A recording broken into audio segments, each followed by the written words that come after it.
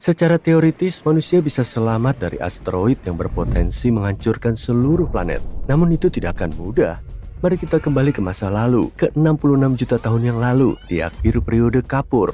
Bumi sebelum ada manusia, di mana dinosaurus berkembang pesat. Tumbuhan dan hewannya sangat kaya dan beragam. Kamu akan melihat T-Rex mengejar Triceratops, atau Allosaurus yang sangat besar, salah satu hewan terbesar yang pernah berkeliaran di planet ini, menjulang tinggi di atas lanskap. Dan hati-hati dengan Ankylosaurus, tank hidup yang mengayunkan ekornya seperti bola penghancur pada setiap ancaman. Saat kamu akan menikmati malam yang tenang di bawah bintang-bintang, cahaya baru yang terang muncul di langit belahan bumi utara. Sebuah bintang baru di langit tidak terlalu menonjol pada awalnya, hanya berkelap-kelip seperti bintang lainnya. Namun setelah beberapa jam, kamu akan melihat bintang itu semakin terang. Periksa lagi keesokan malamnya dan boom, bintang itu adalah benda paling terang di langit, bahkan mengalahkan planet-planet dan bulan. Dan akhirnya, bintang ini mengalahkan matahari.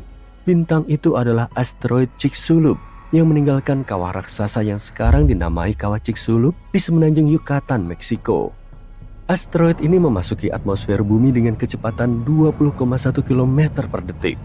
Asteroid ini melesat menembus 96,6 km atmosfer dalam waktu sekitar 3 detik.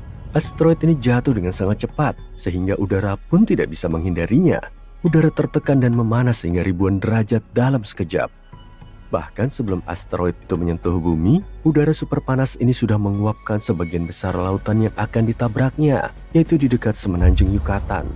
Kemudian dalam sekejap, asteroid itu menabrak bumi, menggetarkan Amerika Tengah dengan dentuman keras yang bergema di mana-mana. Asteroid ini tidak hanya menghancurkan tanah, tapi juga membuat tanah dan batuan mengalir seperti cairan. Asteroid itu menggali lubang yang sangat dalam dan lebar, hingga hampir mencapai lapisan dalam bumi dan melontarkan tanah setinggi lebih dari 32,2 km.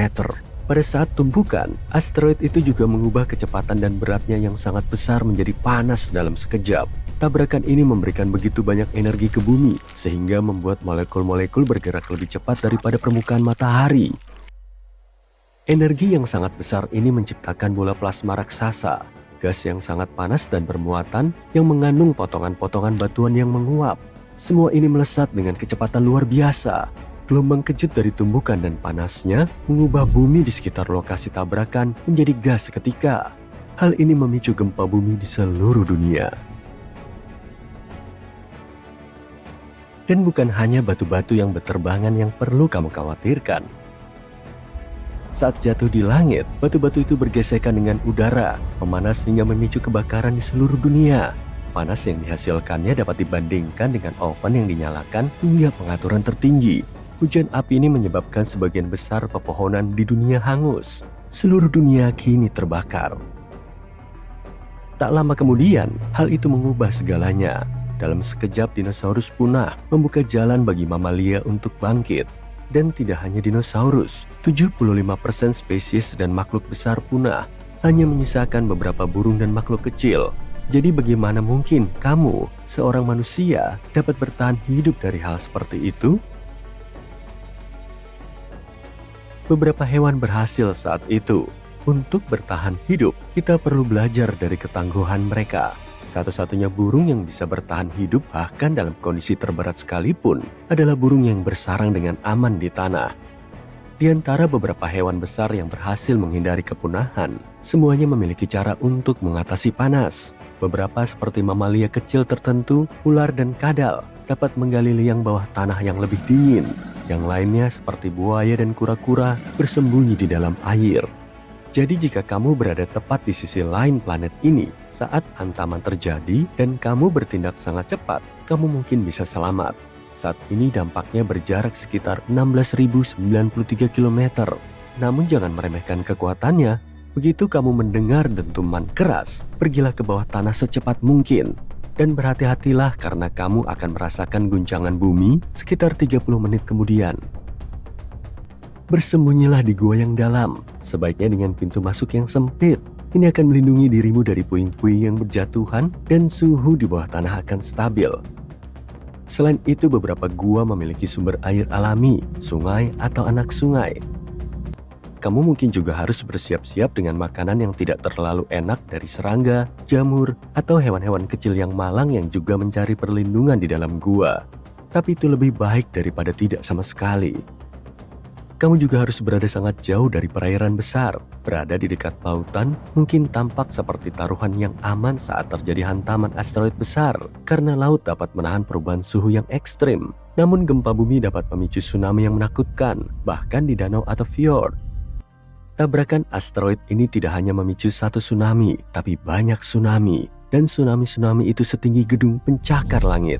Dalam waktu 1 jam, gelombang kolosal setinggi 183 hingga 304,8 meter menghantam Gulf Coast, menghantam tempat-tempat seperti Meksiko dan Amerika Serikat bagian selatan, dan membanjiri daratan hingga bermil-mil jauhnya.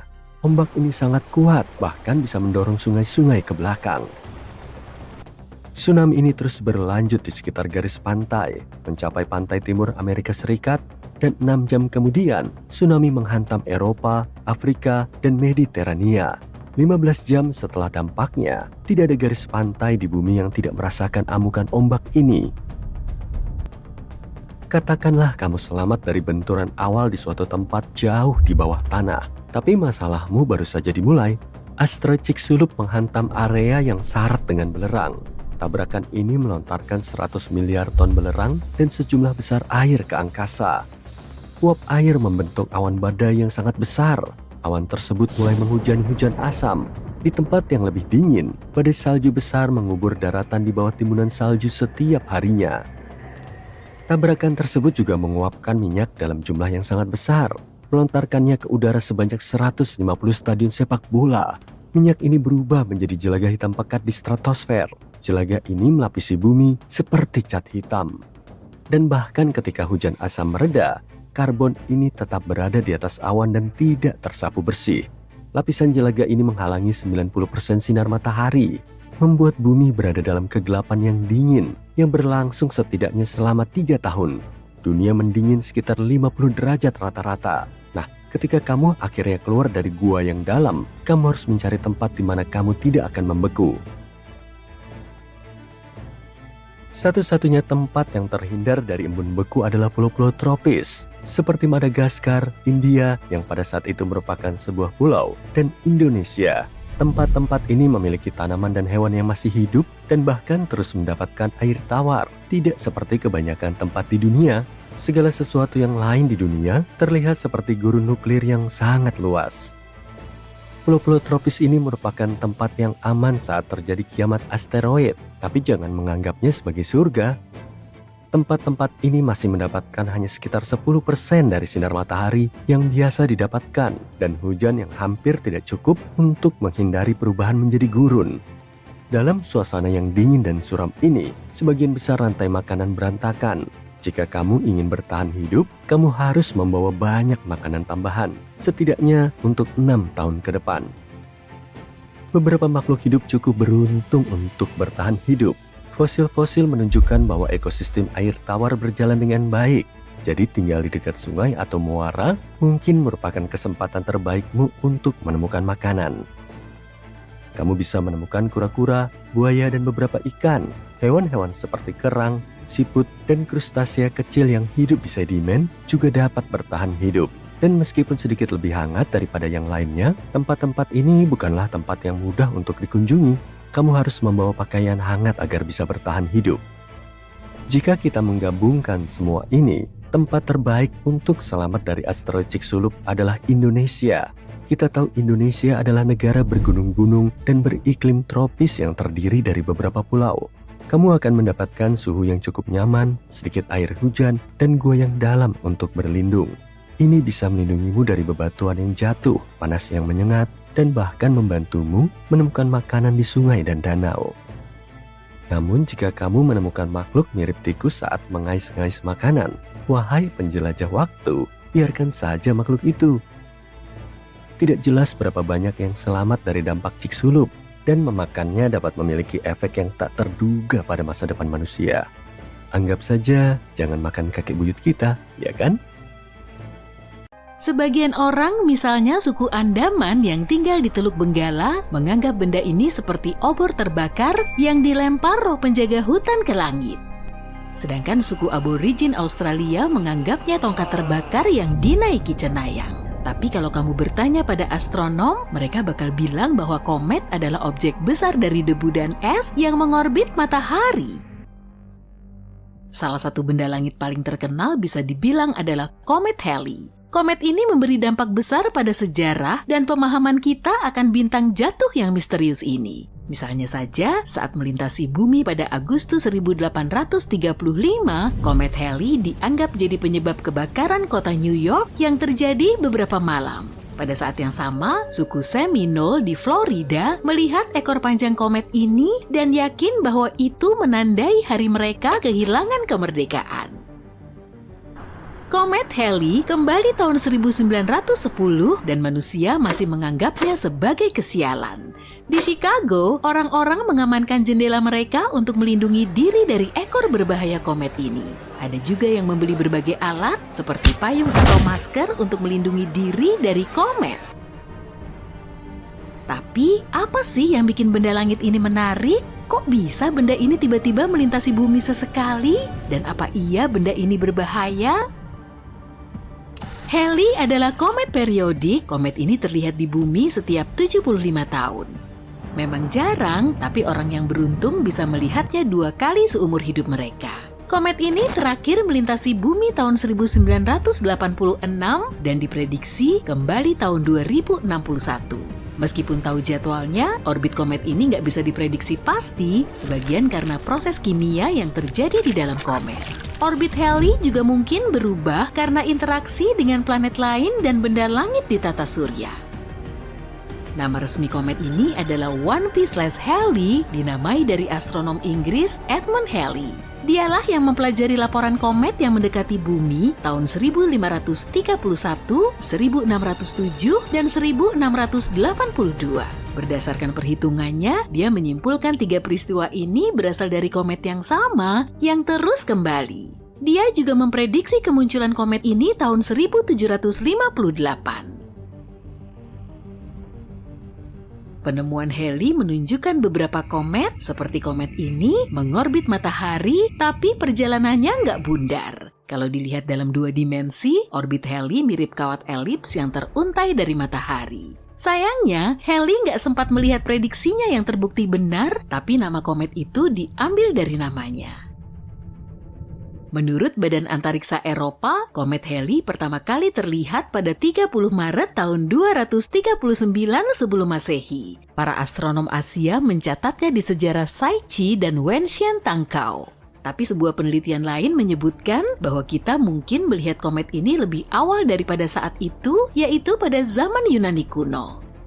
Banyak tulisan dari masa itu melaporkan sebuah meteor besar yang mendarat di Yunani Utara dan bikin warga lokal bingung. Meteor ini menjadi salah satu tempat wisata paling populer di dunia kuno. Tapi para penulis juga melihat komet di langit pada saat meteor itu jatuh. Mereka juga melaporkan sebuah benda langit aneh terlihat di langit selama 75 hari. Shakespeare menulis tentang komet ini di drama Julius Caesar tahun 1600-an. Dalam karyanya, dia memasukkan frasa tentang komet sebagai pertanda tidak biasa yang dia sebut langit sendiri memadamkan. Bukan Shakespeare saja yang merasakan hubungan dengan benda langit ini. Tahun 1909, penulis Mark Twain bilang, "Aku lahir bertepatan dengan komet Halley tahun 1835. Komet ini datang lagi tahun depan dan aku akan ikut pergi bersamanya." Twain wafat pada 21 April tahun 1910, sehari setelah Halley muncul dari balik sisi jauh matahari. Kita bisa melihat komet ini lebih jelas saat terakhir melintasi bumi tahun 1986. Beberapa pesawat antariksa dikirim ke Halley untuk mengambil sampel komposisi komet ini. Armada pesawat antariksa bernama Armada Halley terbang di dekat Halley, lalu salah satunya memotret inti komet ini untuk pertama kalinya. Kita juga punya teleskop yang lebih canggih untuk melihat komet ini saat melintasi bumi. Berdasarkan penelitian terbaru, komet Halley nggak membahayakan planet kita. Sebagian besar hal buruk yang dikaitkan dengan komet ini cuma rekayasa. Malah, kometlah yang bikin bumi punya kehidupan. Para pakar meyakini di sejarah awal planet kita, tabrakan dengan komet membawa jumlah air yang signifikan. Hal tersebut membantu terbentuknya samudra dan benda-benda langit ini juga memberi kita bahan organik yang diperlukan untuk pembentukan kehidupan. Tapi komet dan asteroid berbeda, gak seperti asteroid, benda langit kecil berbatu yang juga mengorbit matahari. Komet sebagian besar terdiri dari amonia beku, metana atau air, dan komet cuma mengandung sedikit bahan batuan. Karena komposisinya, kadang komet dijuluki bola salju kotor. Komet terdiri dari 4 bagian, inti, koma, awan hidrogen, dan ekor ion. Tapi hampir seluruh massa komet terpusat di intinya. Ada lebih dari 3.000 komet yang kita tahu, tapi menurut astronom mungkin ada 1 miliar komet di tata surya. Komet yang cukup terang sampai terlihat dari bumi tanpa bantuan teleskop disebut Great Comet. Satu Great Comet kira-kira bisa terlihat setiap 10 tahun. Orang-orang sudah melihat komet lain selama ribuan tahun, tapi saintis menyimpulkan karena komet melepaskan banyak materi setiap kali mengorbit ke dekat matahari, umur mereka mungkin cuma ribuan tahun. Kalau dibandingkan dengan umur tata surya, yaitu 4,6 miliar tahun, umur komet cenderung pendek. Karena benda langit ini masih ada di tata surya saat ini, pasti ada sumbernya kan? Kalau enggak, semua komet pasti sudah lama hilang. Satu lagi komet terkenal bernama Hale-Bopp. Komet ini terlihat dekat banget dengan bumi pada Januari 1997. Komet ini terakhir kali terlihat di dekat bumi sebelum itu, yaitu pada zaman perunggu tahun 2000 sebelum Masehi. Komet ini jauh lebih besar dan lebih keren daripada komet Halley. Diameter intinya mencapai 40 km dan bisa terlihat dari permukaan bumi dengan mata telanjang. Komet Borrelly adalah komet kedua yang diteliti dari jarak dekat oleh pesawat antariksa. Deep Space One milik NASA menghampiri komet ini tahun 2001 dan memberi laporan detail kepada saintis tentang inti hitam komet ini. Komet ini miring, tapi penyebabnya belum bisa dipastikan. Komet Halley terbentuk di awan Oort di tepian luar tata surya, tapi konon Borrelly berasal dari awan es batuan di luar Neptunus yang disebut sabuk Kuiper. Komet Hyakutake memberi kita pertunjukan keren saat melintas pada jarak 15 juta kilometer dari bumi pada Maret 1996. Komet ini seperti cipratan biru es dengan ekor gas pudar. Komet ini membuat astronom takjub karena menghasilkan sinar X 100 kali lebih kuat daripada yang diprediksi saintis. Pesawat antariksa Ulysses melewati ekor Hyakutake pada Mei 1996 dan melaporkan bahwa panjang ekor komet ini setidaknya 570 juta kilometer. Itu 2 kali ukuran ekor komet lain. Komet Wild 2 diteliti pesawat antariksa Stardust NASA tahun 2004. Wahana ini berhasil terbang dalam jarak 236 km dari inti Wild 2 dan memberi kita beberapa foto komet terbaik. Dari Stardust juga, kita pertama kali dapat sampel partikel debu komet. Kargo berharga ini kembali ke bumi pada Januari 2006. Debu komet diharapkan memberikan penjelasan tentang pembentukan Wild 2 dan tata surya miliaran tahun lalu. Wild 2 memiliki diameter sekitar 5 km dan ditutupi kawah dan tebing. Jika asteroid seperti Apophis menghantam bumi, kita akan musnah. Gempa bumi besar akan mengguncang dan tsunami akan membanjiri segalanya. Apophis adalah benda langit berusia miliaran tahun yang sudah ada di tata surya sejak awal pembentukannya. Kalian pasti berpikir seberapa besar kemungkinan batu antariksa raksasa ini akan bertabrakan dengan planet kita pada tahun 2029. Yuk kita cari tahu. Apophis adalah asteroid besar yang ditemukan pada tahun 2004 oleh Observatorium Nasional Kitt Peak di Arizona. Sejak saat itu, asteroid ini dengan bangga menyandang predikat sebagai salah satu asteroid paling berbahaya yang pernah ditemukan. Lebarnya sekitar 335 meter, ukurannya sedikit lebih besar dari gedung Empire State dan Menara Eiffel. Saking menakutkannya, asteroid ini diberi nama Apophis seperti makhluk abadi dalam mitologi Mesir yang dianggap membawa kegelapan dan kehancuran abadi di bumi. Pada tahun 2021, para peneliti memiliki kesempatan sekali seumur hidup untuk mempelajari batu melayang ini ketika melintas di dekat planet kita. Nanti kita akan membahasnya lagi ya.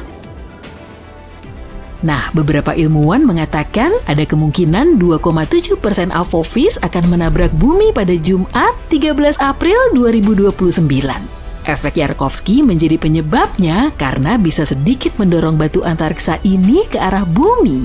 Efek ini berasal dari pancaran foton termal yang tidak merata oleh benda langit yang berputar yang menyebabkan adanya gaya yang diberikan padanya di luar angkasa. Foton yang dipancarkan ini memiliki momentum dan memainkan peran penting dalam membentuk dinamika benda tersebut.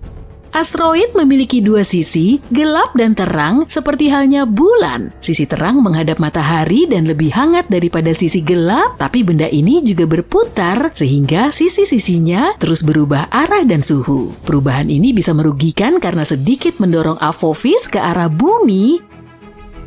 Sayangnya tidak ada yang tahu bagaimana efek Yarkovsky akan memengaruhi lintasan asteroid ini. Di sisi lain, saat asteroid ini terakhir melintasi bumi pada tahun 2021, para astronom menggunakan radar untuk mengukur lintasannya secara akurat dan dengan yakin menyimpulkan Apophis akan melintasi bumi dengan aman pada tahun 2029 dengan jarak sekitar 32.000 km dan tidak akan mengganggu kita lagi setidaknya selama 100 tahun. Umumnya setiap 80.000 tahun, planet kita dihantam bintang jatuh yang memiliki dimensi serupa dengan Apophis. Terakhir kali kita dihantam meteor yang ukurannya sedikit lebih kecil adalah pada tahun 2013. Sebuah wahana antariksa baru yang dikembangkan oleh NASA bernama OSIRIS-REx diluncurkan pada tahun 2016 untuk mengumpulkan sampel dari benda langit lain yang tidak terlalu menakutkan, yaitu Bennu. 4 tahun kemudian, pesawat ini akhirnya tiba di sana, mengambil beberapa sampel, mengucapkan selamat tinggal pada Bennu, dan mulai melakukan perjalanan kembali ke bumi. Sampel-sampel tersebut disimpan dengan aman di dalam kapsul yang dijatuhkan di Utah. Sejauh ini, sampel ini merupakan yang paling signifikan yang pernah diambil dari sebuah asteroid. Setelah pengiriman, wahana antariksa ini tidak membuang waktu dan mulai mengejar Apophis. Kini OSIRIS-REx telah berganti nama menjadi OSIRIS-APEX dan saat ini sedang mengejar Apophis. Jika beruntung, pada tanggal 2 April 2029, saat asteroid tersebut melintas di dekat bumi, wahana antariksa ini akan mencapai Apophis dan mendarat di sana. Wahana ini akan berada di Apophis selama 18 bulan, mengumpulkan informasi berharga, serta memotret ribuan foto. Asteroid ini akan dipantau dengan bantuan teleskop canggih. Pada suatu titik, Apophis akan berada terlalu dekat dengan matahari dan kemudian seluruh tugas pemantauan akan dilakukan oleh OSIRIS-APEX. Jika kamu tinggal di Eropa, Asia Barat, atau Afrika, kamu adalah salah satu orang yang beruntung karena akan mendapat kesempatan sekali seumur hidup untuk melihat Apophis dengan mata telanjang. Apophis akan terlihat di langit di wilayah-wilayah tersebut pada tahun 2029 dan mereka yang memiliki teleskop akan dapat melihatnya sekali lagi pada tahun 2036.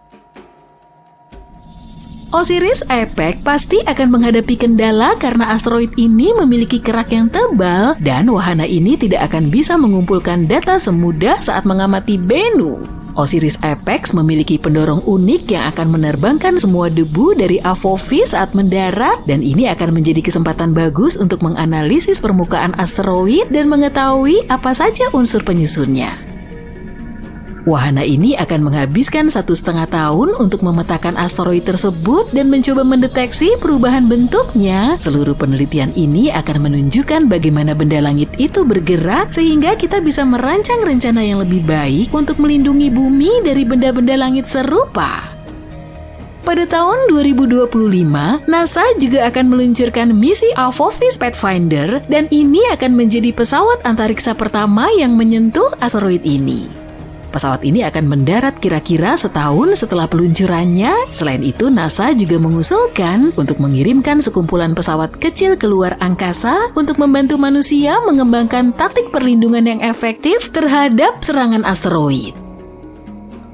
Kita tahu bahwa Apophis berasal dari sabuk asteroid utama antara Mars dan Jupiter. Dalam jutaan tahun terakhir, benda langit ini telah berubah lintasan karena pengaruh gravitasi Jupiter yang cukup besar. Sekarang tampaknya dia lebih condong ke arah matahari, yang berarti asteroid ini sangat dekat dengan bumi. Itulah sebabnya asteroid ini diklasifikasikan sebagai benda langit di dekat bumi. Banyak tes dan penelitian telah dilakukan untuk menemukan cara menghadapi asteroid. Beberapa solusi termasuk mengebor dan meledakkan benda angkasa itu dari dalam atau menguji teknologi baru seperti memasang roket pada asteroid dan mencoba mengarahkannya menjauhi bumi. Kita juga bisa menabraknya dengan sesuatu yang bergerak dengan kecepatan tinggi untuk mengubah arahnya.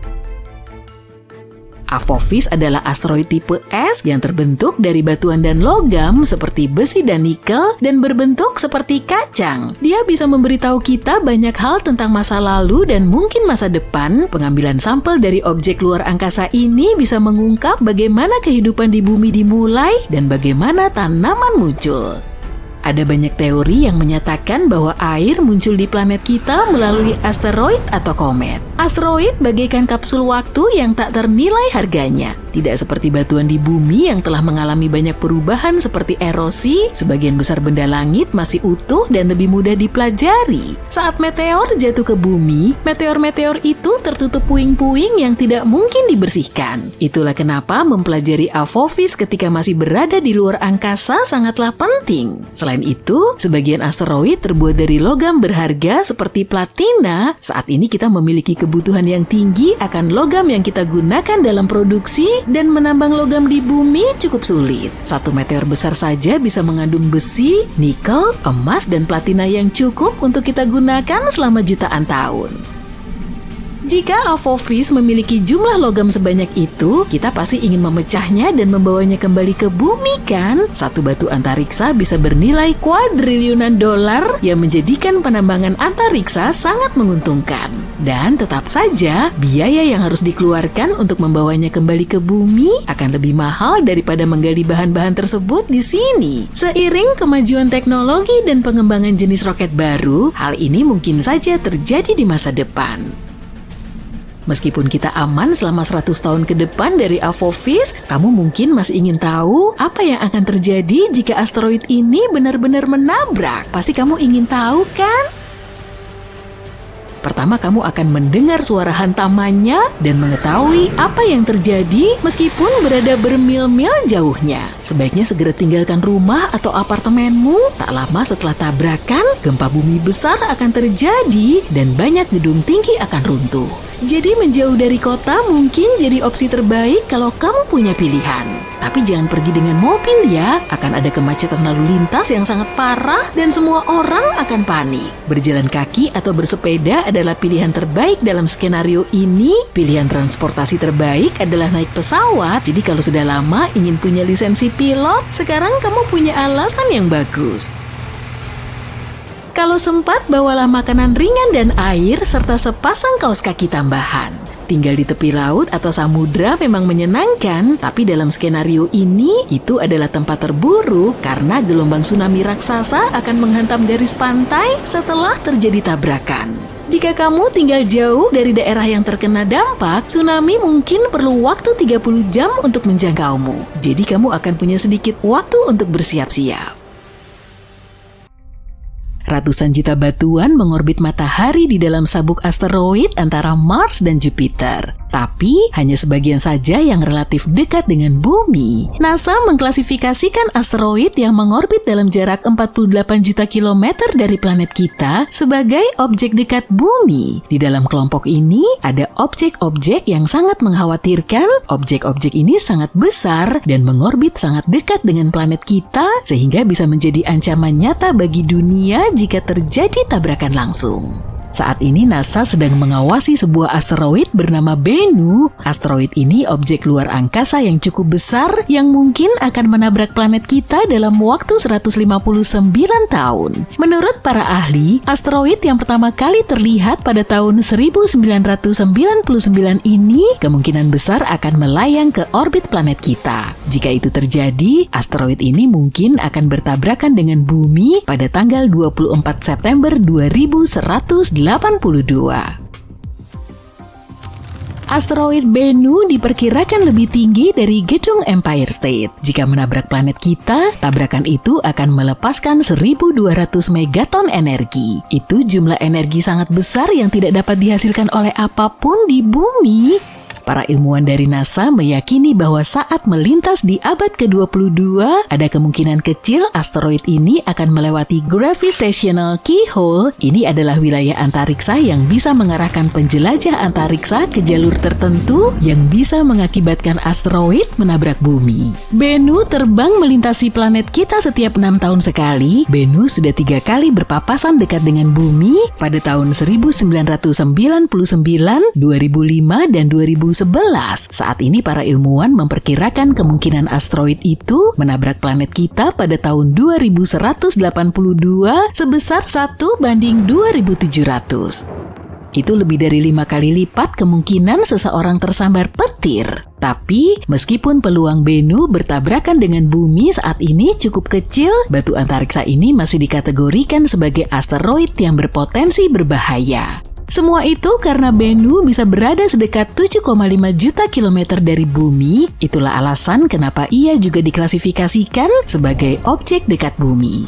Bennu adalah asteroid kaya karbon yang terbentuk pada 10 juta tahun pertama dalam sejarah tata surya. Itu berarti sekitar 4,5 miliar tahun lalu. Tidak heran jika benda angkasa ini menyimpan petunjuk berharga tentang asal-usul dan perkembangan planet-planet berbatu di tata surya, yaitu Merkurius, Venus, Bumi, dan Mars. Lebih hebat lagi, ia mungkin mengandung molekul organik yang mirip dengan molekul-molekul yang sangat penting bagi kehidupan untuk berevolusi. Pada tahun 2020, OSIRIS-REx milik NASA berhasil menyentuh permukaan asteroid tersebut. Wahana ini mengumpulkan sejumlah sampel dan kemudian melontarkannya dari batu antariksa tersebut. Bagi NASA, ini adalah misi pertama semacam ini.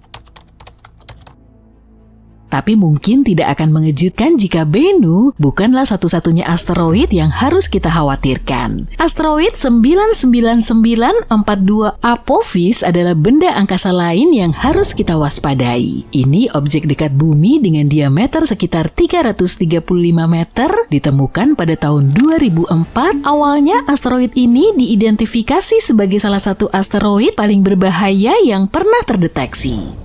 Apophis menjadi terkenal dengan sangat cepat. Ia diyakini menjadi ancaman serius bagi bumi. Para ahli memperkirakan ia akan berada sangat dekat dengan planet kita pada tahun 2029. Untungnya setelah meneliti Apophis dan orbitnya dengan lebih cermat, para astronom menyimpulkan bahwa tidak ada risiko tabrakan asteroid tersebut dengan planet kita setidaknya dalam 1 abad. Kemungkinan tabrakan pada tahun 2029 telah dibantahkan, begitu juga dengan potensi tabrakan yang mungkin terjadi saat asteroid ini mendekat pada tahun 2036. Menariknya, sampai dengan Maret 2021, masih ada kemungkinan kecil terjadinya tabrakan pada tahun 2068.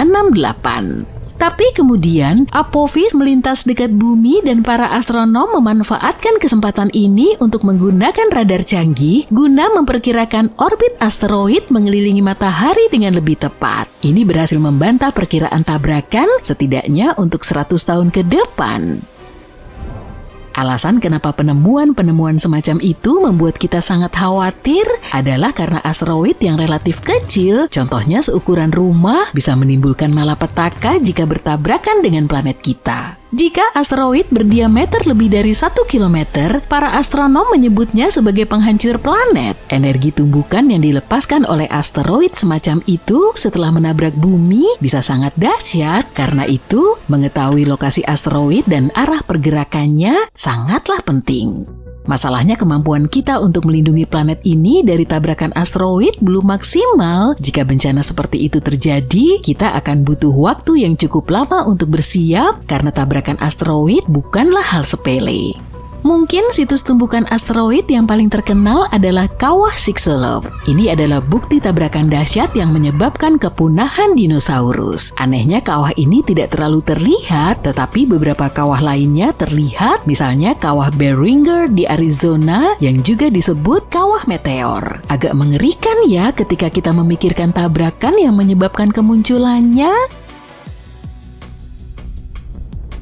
Bagaimanapun kita sekarang tahu bahwa batuan antariksa tidak hanya menghantam bumi, tapi juga bulan, Merkurius, dan Mars. Tidak ada planet batuan di tata surya yang aman dari hantaman asteroid. Karena itu, kita memiliki badan ilmiah yang bertujuan untuk menemukan dan membuat katalog populasi asteroid di tata surya.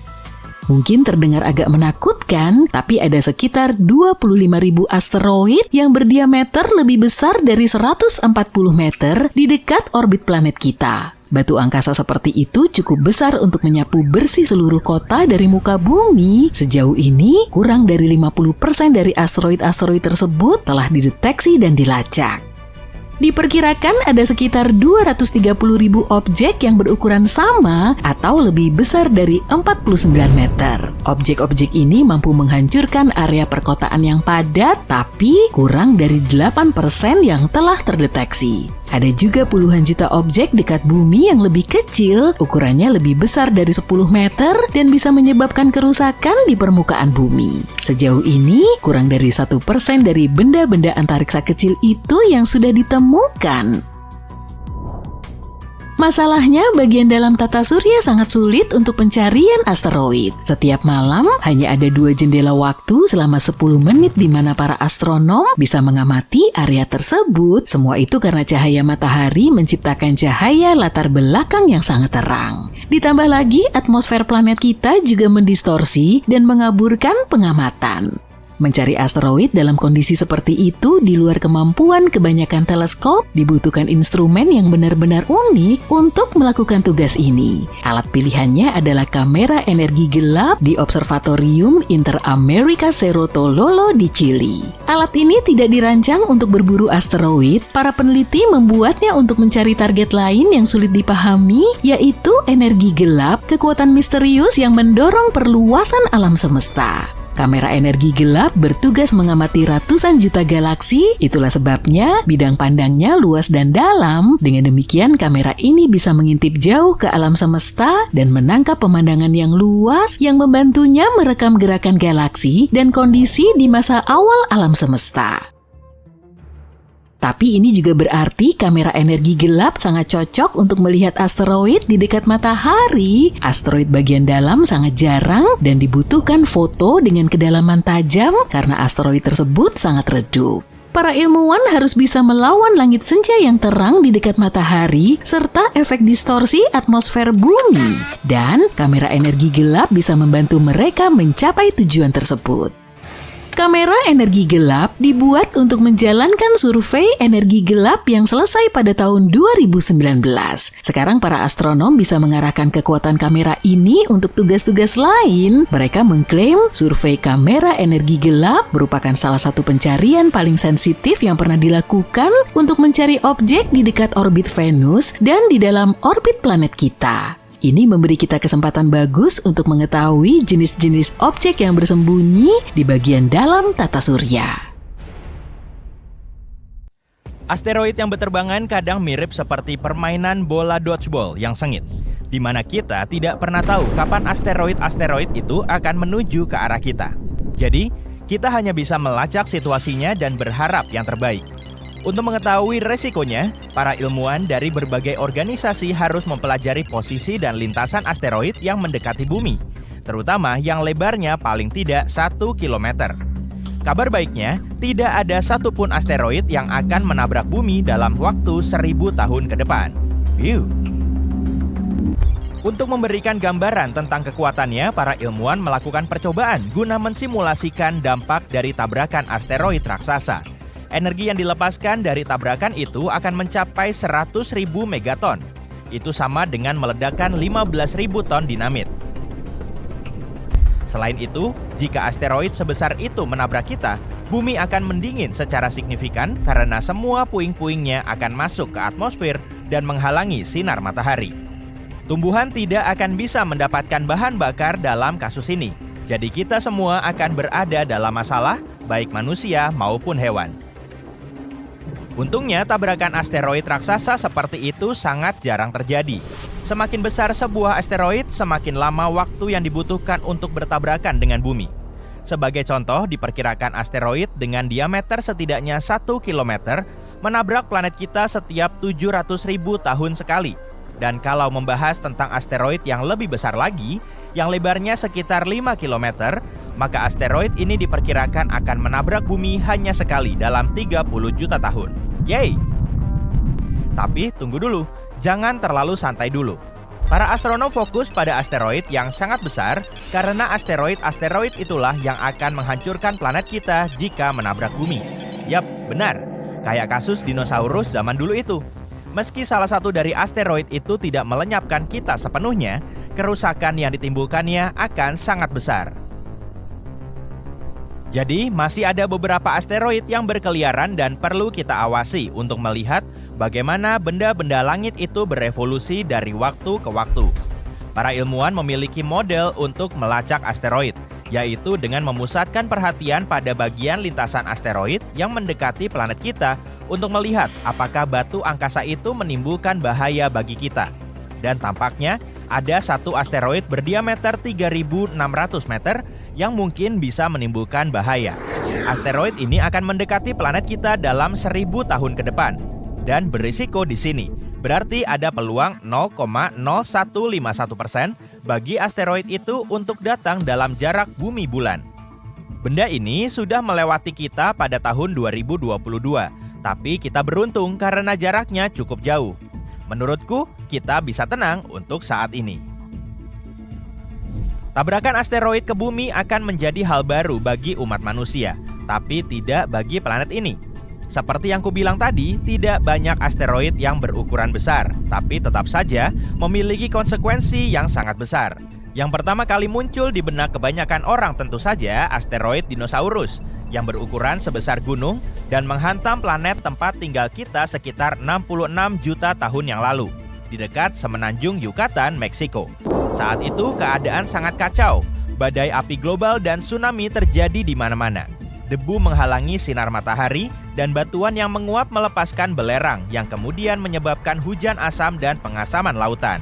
Tapi ada hal yang lebih besar lagi yang terjadi sebelum peristiwa itu. Sekitar 2 miliar tahun yang lalu, sebuah asteroid raksasa menabrak planet kita dan meninggalkan sebuah kawah besar di Afrika Selatan. Kawah yang kita kenal sekarang dengan nama Kawah Fredeford. Dan tampaknya asteroid ini mungkin lebih besar dari yang kita duga. 2 kali lebih besar dari batu angkasa yang memusnahkan dinosaurus. Kawah Fredeford dikonfirmasi sebagai kawah terbesar yang terlihat di bumi, dengan diameter sekitar 159 km.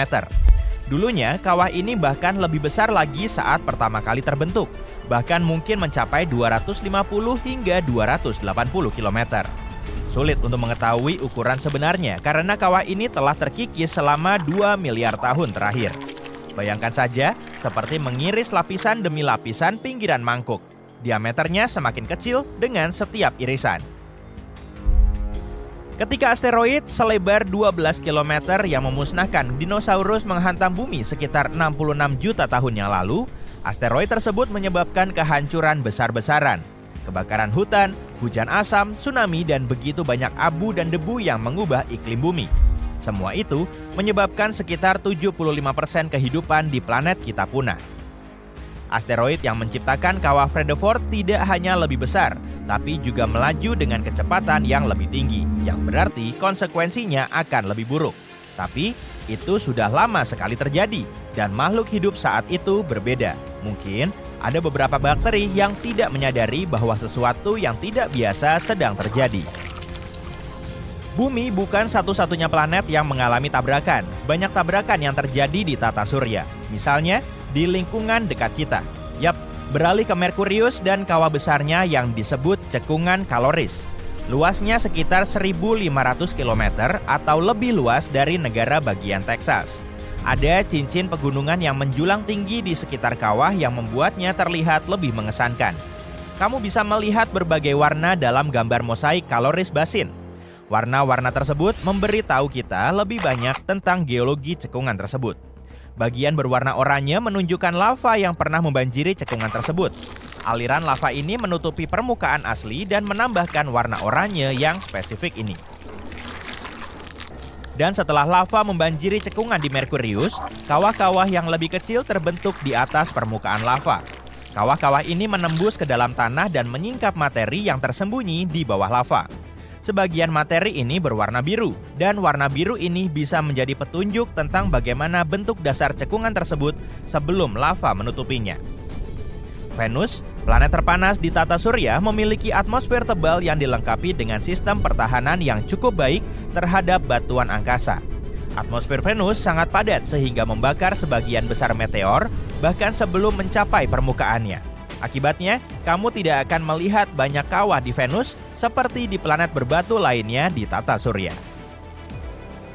Tapi, Venus masih memiliki beberapa bekas luka yang bisa memberitahu kita tentang dampak serius yang terjadi di sana. Dan salah satu bekas luka terbesar yang kita ketahui adalah kawah Mead. Kawah ini sangat besar, berdiameter sekitar 273 km. Dasar kawah bagian dalam relatif datar dan agak lebih terang dari sekelilingnya. Ada kemungkinan kawah ini terisi oleh campuran batuan yang meleleh setelah tabrakan, dan mungkin juga lava dari aktivitas vulkanik di Venus. Ingin tahu bagaimana rupa bumi tanpa lapisan pelindung yang disebut atmosfer? Lihat saja bulan, permukaannya dipenuhi dengan kawah-kawah bekas tumbukan. Kawah ini adalah salah satu kawah yang bisa dengan mudah kamu lihat di bulan. Ketika melihat bulan purnama, kamu bisa melihatnya sebagai lingkaran yang berbeda dengan sinar terang yang memancar keluar, sedikit di luar pusat di sisi kiri bawah bulan. Kawah dengan lebar 85 km ini memiliki puncak tengah yang indah di tengah-tengah yang diatapi batu besar yang menarik. Ukuran bongkahan batu ini sangat besar, kira-kira separuh dari luas kota di bumi. Kalau membahas tentang kawah, kita pasti tidak bisa meninggalkan Mars. Planet merah ini memiliki atmosfer yang jauh lebih tipis daripada bumi. Ketika mendekati Mars, wahana antariksa mengandalkan atmosfer planet ini untuk memperlambat laju saat memasukinya. Dan memang, atmosfer membantu memperlambat laju wahana antariksa saat mendarat. Tapi, atmosfer Mars masih belum cukup tebal untuk melindungi Mars sepenuhnya dari batu-batu antariksa yang datang setiap saat. Dari bulan Juli sampai September 2018, ada bintik gelap di kutub selatan Mars. Bintik itu terdiri dari dua pola yang berbeda. Sebuah teori mengatakan kalau pola ledakan yang lebih besar dan berwarna lebih terang bisa jadi merupakan hasil tumbukan gelombang kejut yang menjelajahi permukaan es. Tumbukan tersebut menghasilkan angin yang menyebar dan mengikis es. Pola ledakan bagian dalam yang berwarna lebih gelap terjadi karena benda yang menabrak berhasil menembus lapisan es yang tipis. Saat menghantam permukaan, benda ini menebarkan pasir dan puing-puing berwarna gelap ke segala arah. 66 juta tahun lalu, aku belum lahir saat itu. Asteroid besar menghantam bumi dan memicu kepunahan massal dari hampir semua makhluk hidup di planet ini, termasuk dinosaurus. Kalau benda luar angkasa ini jatuh di tempat lain, beberapa dinosaurus akan mampu bertahan dan masih hidup saat ini. Menurut sejumlah penelitian, asteroid ini punya peluang sekitar 1:10 untuk memusnahkan dinosaurus dan hewan lain dari masa itu. Asteroid ini punya kemungkinan lebih besar untuk menabrak tanah tanpa konsekuensi destruktif yang terlalu parah. Untuk memahami bagaimana hasilnya jika tempat benturan ini terjadi di titik lain, kita perlu mencari tahu apa yang terjadi pada hari itu dan kenapa bencana ini menjadi sangat menghancurkan. Batu antariksa besar ini jatuh ke wilayah pesisir semenanjung Yucatan di Meksiko. Benturan ini menyebabkan reaksi berantai yang memicu bencana alam di seluruh dunia.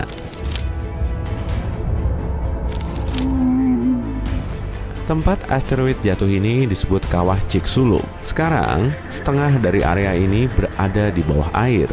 Diameter asteroid sekitar 12 km dan bergerak dengan kecepatan sekitar 43.000 km per jam. Batu ini yang lebih besar dibanding Gunung Everest melesat ke bumi dengan kecepatan 40 kali lipatnya kecepatan suara. Wow! Energi yang dilepaskan saat benturan sama kuatnya dengan ledakan sekitar 10 miliar bom atom. Dan kekuatan destruktif dari gelombang ledakannya hanyalah salah satu dari beberapa dampak bencana ini. Asteroid ini kebetulan jatuh di salah satu tempat terburuk. Dan karena cara jatuhnya, asteroid ini membuat banyak debu naik ke udara. Bayangkan kamu melompat ke air seperti atlet profesional, yaitu secara vertikal, sehingga tidak banyak percikan yang keluar. Dan sekarang bayangkan berapa banyak percikan air yang keluar saat kamu melompat ke kolam seperti bola meriam. Nah, asteroid ini masuk ke air dengan cara bola meriam. Bencana kedua yang disebabkan asteroid ini adalah jelaga. Sebagian kecil dari permukaan bumi terbentuk dari bebatuan. Di masa itu, cuma sebagian kecil dari bagian ini yang kaya akan minyak dan sulfur. Asteroid membakar dan mengangkat banyak jelaga ke udara yang cukup untuk mengisi stadion bisbol indoor. Menurut penelitian, di masa 60 juta tahun lalu, cuma 13% permukaan seluruh planet ini saja yang bisa berisi jumlah bahan organik yang diperlukan untuk pembentukan volume jelaga sebesar ini. Oleh karena itu, tempat ini dianggap yang terburuk. Kalau bencana ini terjadi di 87% wilayah lainnya, dinosaurus mungkin masih hidup saat ini. Awan besar jelaga dan karbon dioksida naik ke udara dan menutupi matahari. Jelaga ini mengubah langit menjadi abu-abu dan menghalangi sebagian sinar matahari. Ini menyebabkan suhu di seluruh bumi menurun dengan cepat. Bumi seperti diselimuti tudung abu-abu. Banyak tanaman dan hewan tidak bisa bertahan dari udara dingin yang datang tiba-tiba ini. Pepohonan mulai layu karena kurangnya cahaya matahari. Proses fotosintesis terganggu. Udara dingin dan layunya pohon menyebabkan bencana lain, yaitu kelaparan global. Herbivora tidak bisa bertahan karena kehilangan hampir semua makanannya. Tanaman, bunga, dan pohon tidak mampu bertahan dari bencana ini. Kehancuran ini menyebar jauh melampaui titik benturan asteroid. Partikel debu panas, pecahan asteroid, dan serpihan batu kecil jatuh ke dataran di semua benua dan menyebabkan kebakaran hutan berskala besar. Pohon yang terbakar menghasilkan lebih banyak jelaga ke udara, membuat situasinya makin buruk. Asteroid besar ini membawa logam berat dengan tingkat toksisitas tinggi dari luar angkasa. Peluburan zat-zat selama tabrakan ini memicu badai api. Asteroid ini bukan hanya menabrak dataran benua, tapi juga air yang memicu tsunami besar. Tapi itu bukan bagian terburuknya. Dasar laut penuh dengan sulfat, dan ketika energi asteroid membakarnya, pelepasan asam sulfat ke atmosfer pun terjadi. Awan asam ini bercampur dengan awan jelaga dan mulai menyebar ke seluruh langit. Partikel batuan panas jatuh ke tanah layaknya hujan api. Hujan asam pun terjadi karena belerang. Semua ini berlangsung selama beberapa hari hingga hewan-hewan tidak mampu bertahan hidup. Hujan asam meracuni air di sungai, danau, dan lautan. Asam menghancurkan apapun yang tidak terbakar. Sebagian awan menghancurkan tanah, sementara yang lainnya ke lautan. Situasi pun makin memburuk karena tetesan sulfur memusnahkan sejumlah besar rumput laut dan fitoplankton. Lautan menghasilkan hampir setengah dari semua cadangan oksigen di planet kita. Di hari-hari itu, makhluk laut yang hidup di bagian atas laut musnah. Penyebabnya bukan gelombang ledakan, melainkan kurangnya sinar matahari, serta tingginya asam, kegelapan, dan suhu dingin yang menjadi alasan utama kepunahan dinosaurus. Tapi meski sejumlah kadal selamat dari kebakaran dan belerang, mereka menghadapi bencana di laut. Dampak asteroid ini menyebabkan tsunami berskala besar di seluruh planet. Tinggi gelombang tsunami pertama sekitar 1,5 km. Itu hampir 3 kali lebih tinggi dibanding gedung Empire State. Miliaran galon air bergerak dengan kecepatan 145 km per jam. Ombak sekuat ini dapat dengan mudah menghancurkan setengah New York saat ini. Meteorit yang jatuh menciptakan serangkaian ombak setinggi 16 meter. Dinding air besar seukuran gedung 5 lantai menabrak pantai dan menghancurkan semua yang ada di hadapannya. Kurangnya sinar matahari, penurunan suhu, hujan asam dan api, berkurangnya produksi oksigen, kebakaran hutan, tsunami raksasa, dan gelombang ledakan dengan kekuatan 1 miliar bom atom. Semua ini mengurangi keanekaragaman hayati bumi hingga 75%, dan perubahan iklim pun pasti terjadi. Bumi sudah pernah dihantam asteroid raksasa, tapi tidak pernah menyebabkan bencana di seluruh planet seperti ini. Bagaimana jika asteroid ini jatuh ke tempat lain? Katakanlah hutan, jauh dari air, dan medan pegunungan, ini akan menyebabkan kebakaran parah. Awan hitam abu besar akan naik ke langit dan menghalangi sinar matahari. Tapi hujan asam atau api mungkin tak akan terjadi. Sebagian besar spesies planet ini bisa selamat dari bencana itu. Bagaimana jika meteorit itu jatuh di suatu tempat di antara es dan salju? Peningkatan suhu akan terjadi secara cepat di seluruh bumi. Tsunami besar akan menenggelamkan sebagian besar daratan. Namun, abu dan sulfur dioksida takkan memenuhi langit.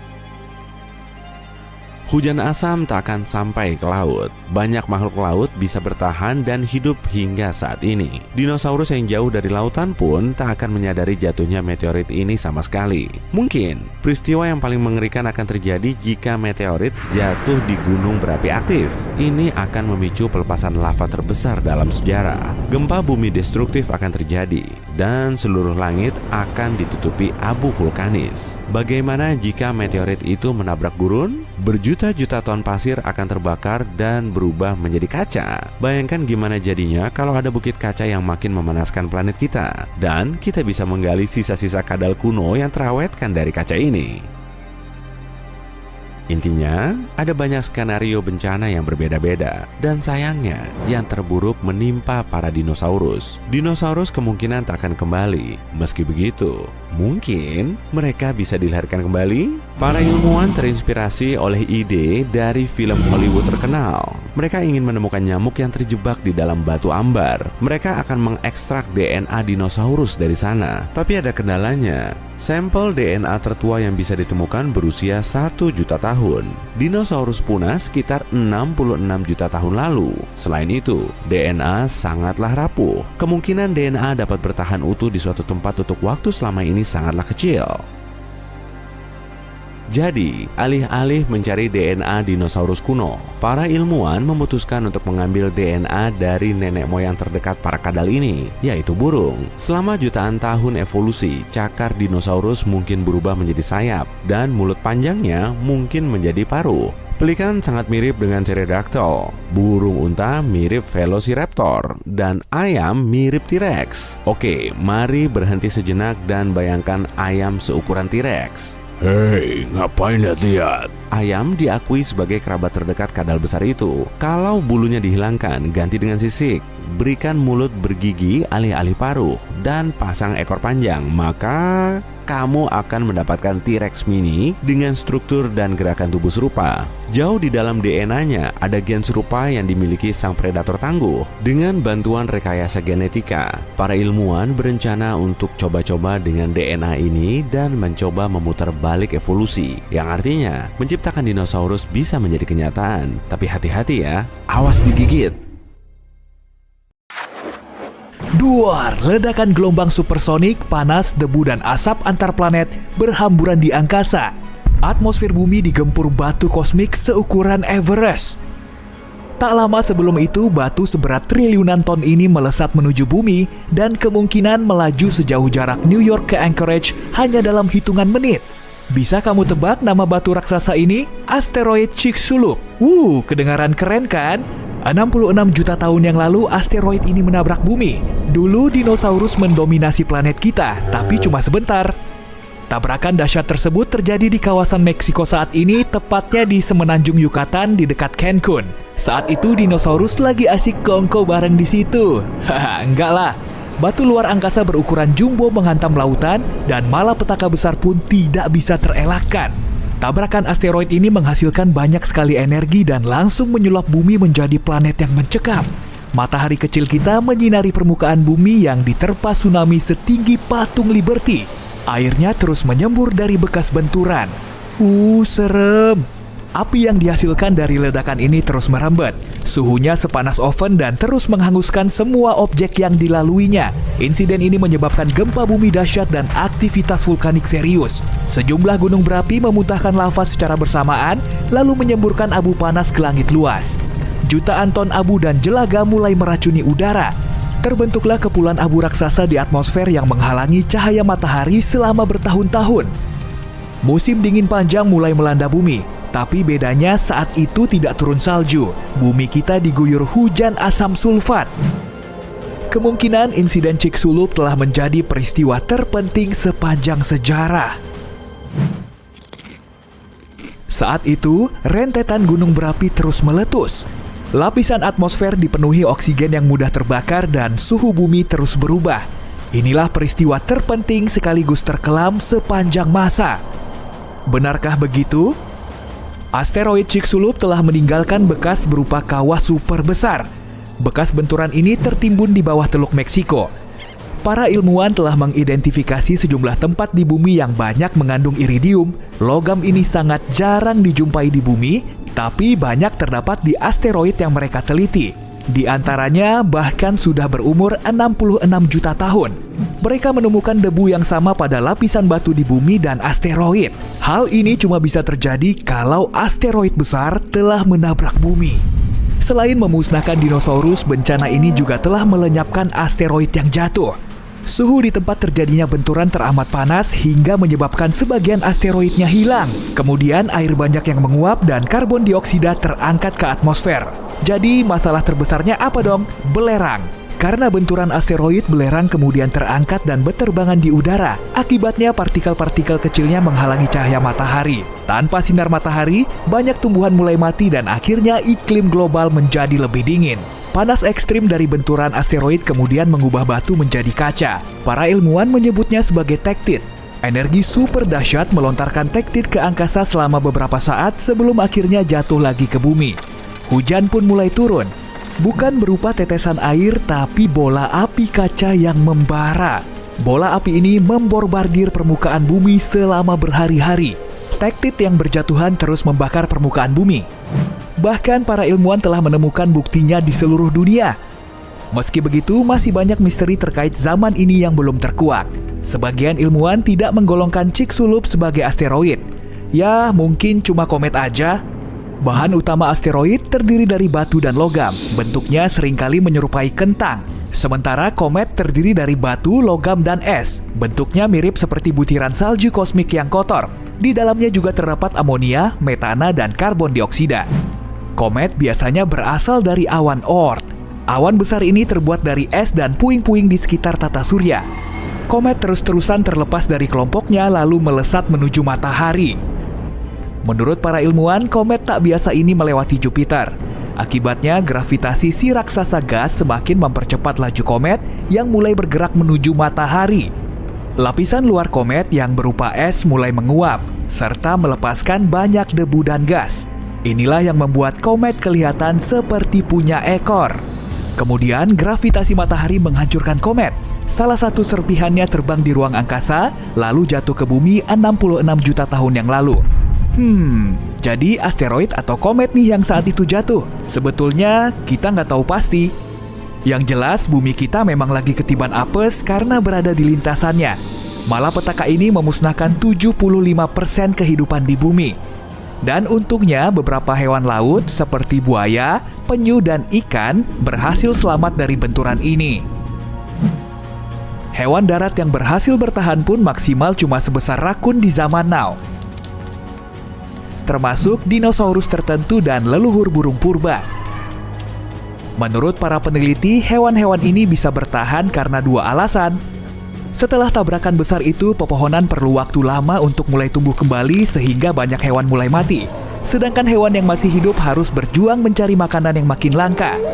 Spesies dinosaurus ini punya paruh yang bisa dipakai untuk mengupas kacang dan menggali biji dari tanah. Begitulah si dino ini bertahan hidup. Hewan-hewan yang beruntung kala itu juga punya otak yang lebih besar. Menurut pendapat sebagian orang, beberapa juga saling bekerja sama dan cepat beradaptasi dengan kondisi baru. Sejumlah spesies jamur juga bertahan karena hidup di bawah tanah dan di bawah air. Kegelapan perlahan memudar, lalu disusul dengan tumbuhan pakis yang mulai bermunculan. Setelah beberapa ribu tahun, hutan mulai muncul kembali. Semua hewan yang bisa bertahan hidup berukuran kecil dan kurang menarik perhatian. Tempat hidupnya ada di lubang sehingga bisa terhindar dari abu panas. Sebelum terjadinya tabrakan, mamalia hidup dalam bayang-bayang dinosaurus. Tapi setelah dinosaurus punah, keadaannya berubah. Mamalia mulai mendominasi kehidupan di darat. Oke, flashback lagi ke peristiwa tabrakan asteroid tadi. Ternyata bukan ukuran asteroid yang membuat peristiwa ini begitu dahsyat, tapi sudut benturannya. Kalau sudutnya berlainan, dinosaurus bisa saja selamat dari bencana ini. Lalu akan kelihatan seperti apa ya persisnya? Oke, mundur lagi ke masa lalu. Duh, gawat. Ada asteroid besar menuju bumi. Ternyata meleset. Setiap hari, banyak terjadi gempa, tsunami, dan erupsi gunung berapi. Tapi dinosaurus tetap bertahan. Itu bukan masalah besar. Beberapa juta tahun kemudian, sebagian besar kadal kuno ini sudah berubah rupa. Karena zaman es, banyak dinosaurus juga punya bulu untuk melindunginya dari udara dingin. Mamalia juga ada, tapi sangat sedikit. Banyak kelelawar hidup di gua. Hewan pengerat seukuran tikus got hidup di hutan. Siang harinya digunakan untuk bersembunyi di semak belukar atau liang, kemudian malam harinya untuk mencari makanan. Nggak ada kuda, gajah, atau mamalia besar lainnya. Jelas saja ukuran tubuhnya sangat cocok dijadikan sebagai mangsa saat bumi dipenuhi reptil ganas bertaring besar. Di laut pun nggak ada paus. Burung betet, elang, dan merpati juga nggak kelihatan. Tapi pterodactyl bisa terlihat di angkasa. Ada yang seukuran helikopter dan ada juga yang maksimum cuma sebesar angsa. Primata juga banyak dan masih sangat senang hidup di atas pohon. Nggak ada perjalanan menyusuri sabana. Dan gak ada Homo sapiens. Di dunia paralel ini, area terbuka memang sangat berbahaya. Begitupun dengan hutan dan pepohonan. Ancaman mengintai di mana-mana. Agar bisa memangsa primata, banyak dinosaurus kecil belajar memanjat pohon.